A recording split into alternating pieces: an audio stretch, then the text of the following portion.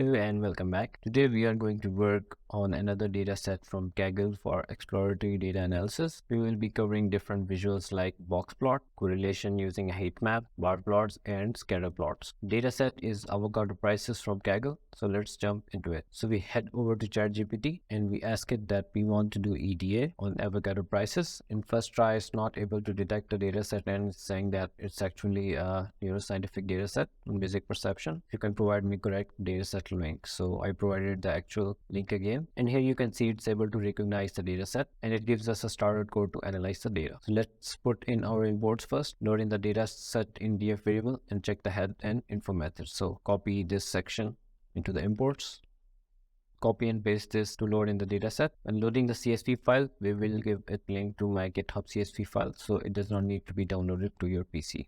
I have the link copied here. I'm going to replace it. So far so good. Now let's copy and paste these into their own rows as well. Since we're working in Jupyter Notebook, we don't need the print function as long as you're printing these in their individual cells. Right, so let's run these. Okay, so we have the data set loaded. The head function gives us top 5 rows as quick reference snapshot of our data. As you can see here, unnamed 0, this is just an extra column. Seems like an index, but we already have an index here. We will drop it later on. So we have the date of transaction, we have the average price, total volume, then we have 3 columns: 4046, 4225, 4770. These are different type of avocado product. The total volume column is the sum of these 3 columns plus these 3 columns which are small bags, large bags, and extra large bags. Then we have a type, year, and region. All right, so let's move on to the info method. The info method tells us data types and if any column has missing values, and it seems like we have no missing value in any column. So if we look here, we can see that date column is an object data type, so we need to fix it and convert to date time. So we need to drop the extra column, and we also need to change the data type of this column. So let's do that. So to fix the date type of the column,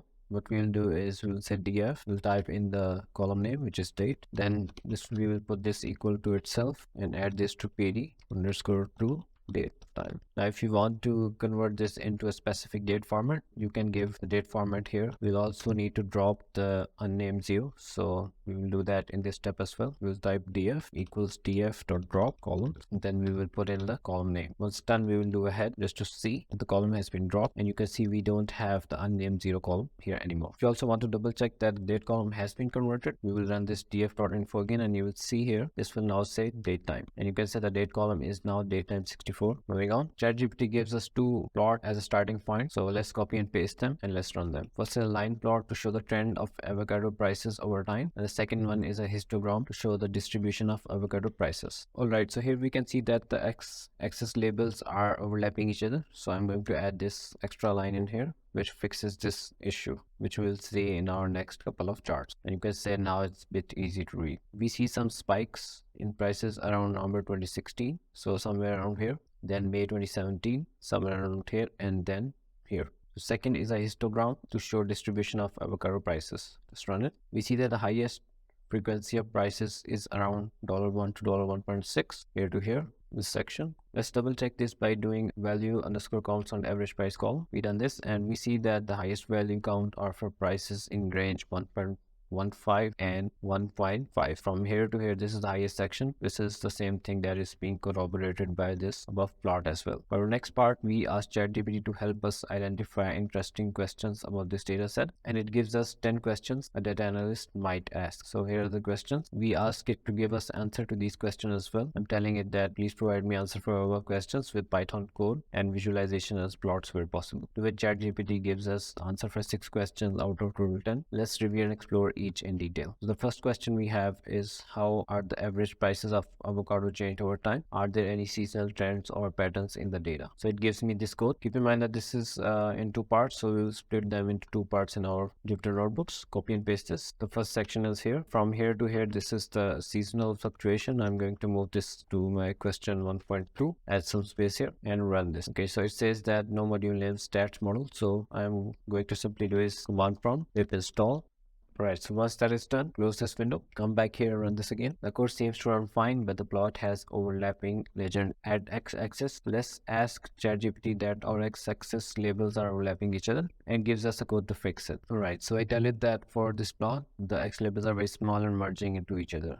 and how to fix it. So this is the code it gives me and tells me that the code is similar to previous modification except that it has added this function here. Other than that, all code is similar. So let's copy and paste this function here at the end and run it again. So we run into an error that simply says key error date. Key error means that it's trying to find this column in our data frame and it's not able to find it. So let's add a blank row here under this one and check what our data frame has. So we do that by doing df.head, and let's just look at top two rows, and we see that the date column is an index instead of a column, which is why it's not picking up as a column. Since the code above converted date column to an index, which is why it's giving an error. So what's happening is the line here is trying to convert it in date time, and this line is trying to set it as an index, which it already is. So what we can do is we can wrap this in a try except block. So we enclose the two problematic lines inside try except. We type in an except here. So in the except, we will give the specific exception, which was key error. So we type it here, and within this section we will simply say pass. So we are telling our code to continue running if it runs into key error. So what it's going to do is it will try this block, and if it runs into key error exception, it will continue to run the code.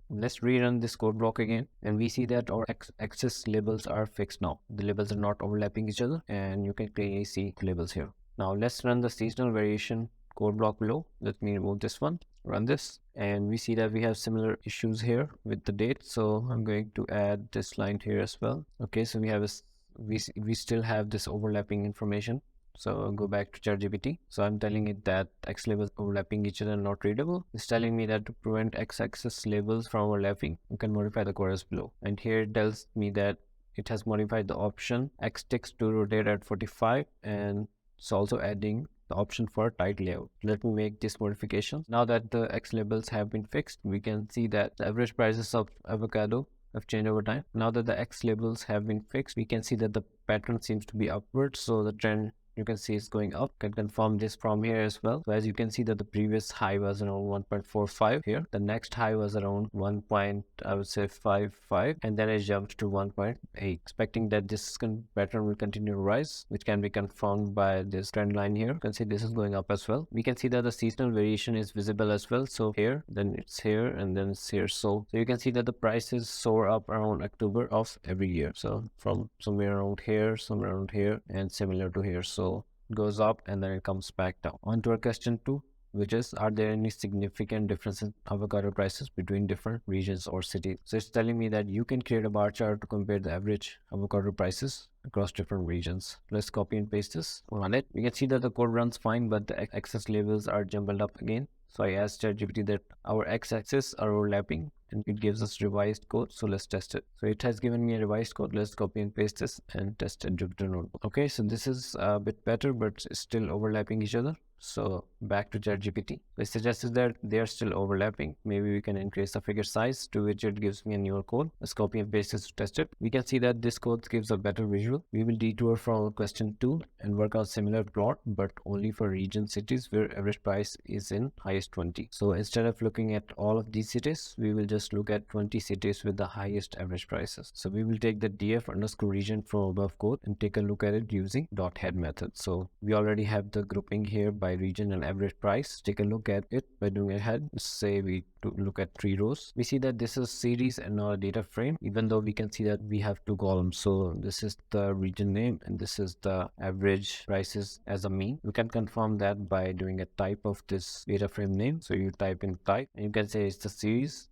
It should be a data frame instead. So we remove this, we rerun this. We can convert this to a data frame using .reset index method. We will assign this to a new data frame by name df_region top 20. So let me add a new data frame here. This will be equal to df_region, and for this we will simply say reset_index. Let's look at the head by doing .head. Simply we can look at 2 rows and we can see that we have a proper data frame now. So let's add .n largest at end of it to filter only top 20 rows with the highest average prices. What I'm going to say is .n largest, and n largest takes in two parameters, the number of highest values you want to retain. So for example, in our case is 20, and then the column name, that will be average price in our case. Let's copy and paste this here, and instead of head we will modify this and make it to shape, so we can double check, make sure we have 20 rows right now. We do this and we can see that we have 20 rows and 2 columns. So our data frame has been successfully filtered. Only keep 20 rows of the highest average prices for the region. Let's copy and paste above code for region prices and modify to our new data frame. This will remain the same. We will just need to change these two options. So this is the x-axis and this is the y-axis. So it will be very simple. Let me clear this out. Let me add the data frame name,